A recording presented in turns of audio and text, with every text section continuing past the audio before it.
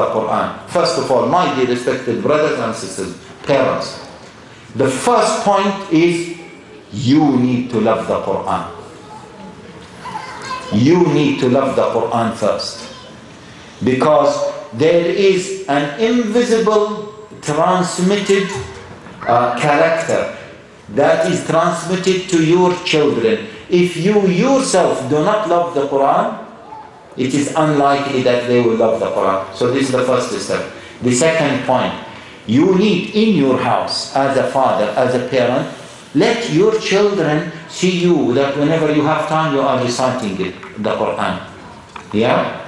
Let them grow up seeing you like this, or your children will be amazed. Whenever you are driving them, Dad, can you open the Quran? Let me just read and let you check me. Once they grow up like this, then subhanallah it will become part of their life. The other thing is, catch them when they are young, at the age of 4. Yeah, at the age of 4, don't delay it. So let them learn by talqeen. Talqeen is programming. So for example, the mothers, sisters, by the way, the mothers. I mentioned that Sheikh Dr. Kumran, he's a witness. What did I say to sisters today in the meeting? No. The other point regarding the role of the sisters. Yes, wallahi sisters, wallahi Allah is my witness, that most of the huffaz, if not all, that I came across in my life, they memorized the Quran because of their mothers.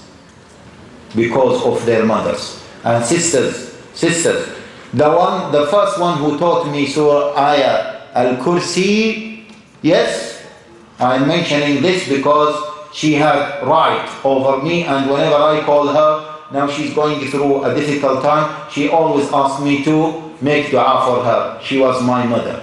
Whenever I read Ayat al-Kursi, she gets or she shares the same reward, and whenever I teach someone Ayat al-Kursi, she gets the same reward. So teach your children. One of our scholars said, sorry ya Sheikh, one of our scholars said, you should fight with your wife regarding who's going to teach the children Surah Fatiha.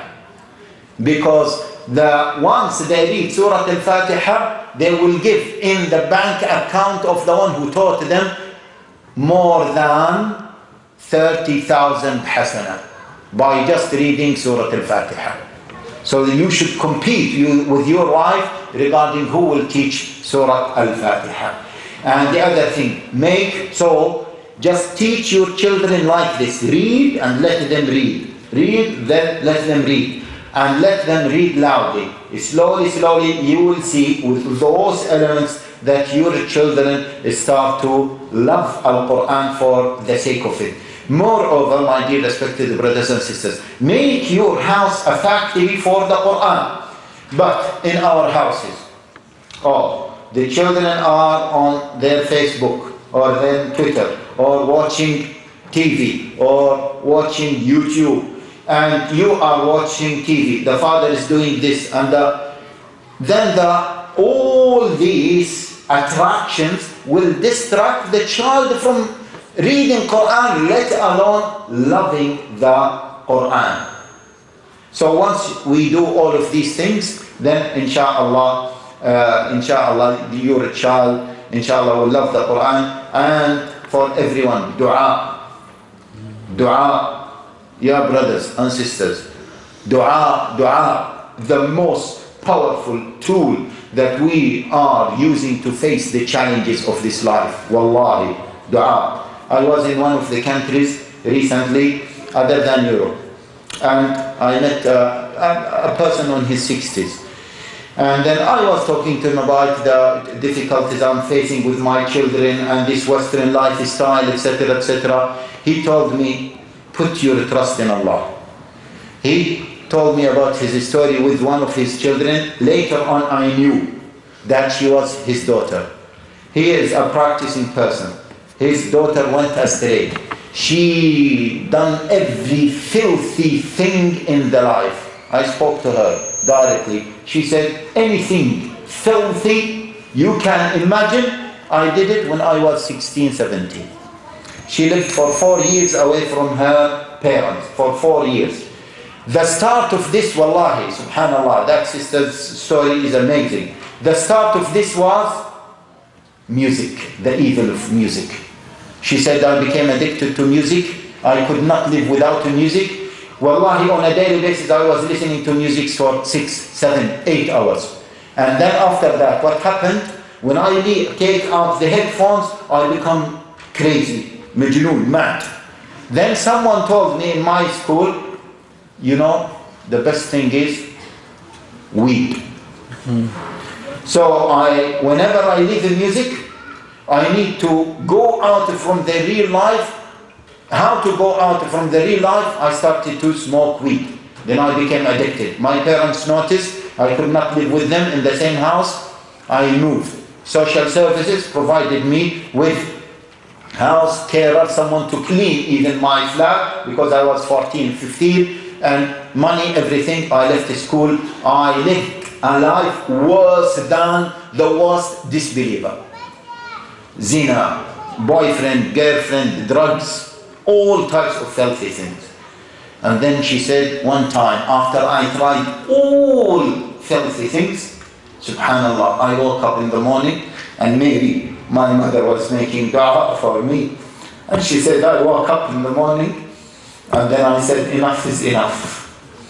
And I took a decision just to go to my parents, knock on the door, and I went to mother and kissed her head, and I said to her, I am coming back to you, and Allah guided me through that. Subhanallah, she said, I never imagined in my life that I would be guided, but it was the dua of my parents. So that's why, my dear respected brothers and sisters, don't give up the dua. And my message to you, Allah is there.